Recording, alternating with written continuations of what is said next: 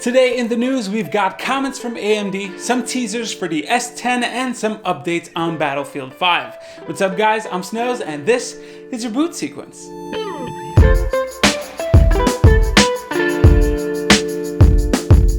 Let's get started with AMD. Earlier in the week, AMD was criticized for not having UEFI support in their Radeon 7 cards. Luckily, most UEFI equipped motherboards still have compatibility support modules which emulate BIOS functions for non-UEFI hardware. Basically, it still worked, but it would cause longer boot times or could cause issues with secure boot. AMD worked quick on their feet with a response and released a BIOS for Radeon 7 for the add-in board partners. They will also create a one-click installable BIOS available on their website for those who have affected cards. It is pretty weird to see such a vital thing missing from such new hardware, but at least AMD is taking the steps to make sure Radeon 7 owners get what they need.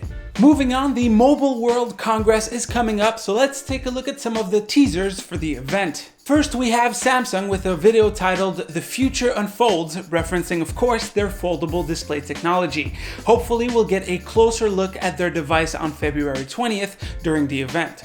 Just a quick side note, I know they aren't showing any phones, but the folds on the teaser all seem to wrap around the outside rather than the inside, which is different from what was shown during their last event. Maybe we'll see a different prototype this time. Then we have Microsoft, which will probably unveil the HoloLens 2. Alex Kipman, the inventor of the HoloLens, posted a video teaser on his channel which doesn't really show anything, with a description saying, "You excited yet? I am." With that, Microsoft Research also posted a video for the HoloLens Processing Unit 2, or HP2, which will probably power the new headset. I wonder what kind of upgrades this new system will provide. It also seems like Nubia, Xiaomi, and Huawei will also show a flexible device at the conference, and LG will apparently show a device that will be controlled by gestures. That last one puzzles me a bit. Why use gestures if your hands are free? Maybe it'd be useful if you're wearing gloves or if your hands are dirty, but these days gloves almost always come with touch fingers and phones are mostly, waterproof, so touching it with wet hands wouldn't be an issue. That about wraps it up for everything Mobile World Congress 2019, so I guess we'll have to wait and see if anything else pops up.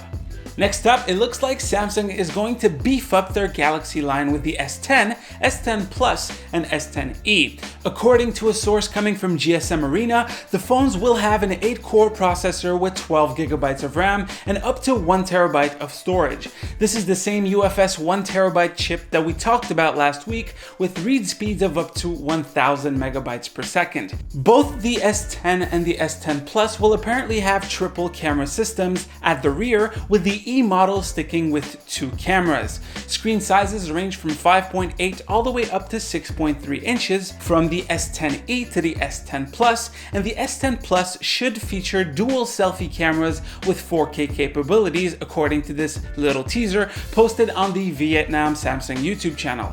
The same channel also teases reverse wireless charging to allow your phone to share its charge, and ultrasonic fingerprint sensing. The videos on this Vietnam YouTube channel also seem to put a pretty big emphasis on the fact that the new phones won't have a notch. You can see here the notching phones on the sides, with the middle one not getting notched. It's a pretty interesting detail. We're pretty close from the actual announcement, so I guess we'll just have to wait and see.